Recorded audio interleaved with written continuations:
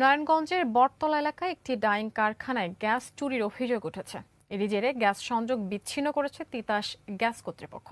রোববার সকালে Titas gas transmission and distribution company নারায়ণগঞ্জের একটি দল এই অভিযান পরিচালনা করে।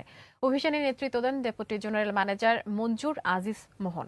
সংযোগটি আমজাদ হোসেন মোল্লার নামে হলেও বর্তমানে এটি ভাড়ায় ব্যবহৃত হচ্ছে। তিনি জানান, অভিযোগের ভিত্তিতে নারায়ণগঞ্জের বটতলা এলাকায় প্যাটার্ন ফিনিশিং কারখানায় গিয়ে দেখা যায় মিটারে 3টি চুম্বক লাগানো রয়েছে, ফলে মেকানিক্যাল মিটার ধীর গতিতে চলে।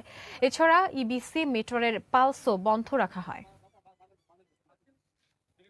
প্যাটার্ন ফিনিশিং এসে তারা দেখে যে আরএমএস এর রুম তালাবদ্ধ, কিন্তু তার ফাঁক দিয়ে দেখে যে আরএমএস এর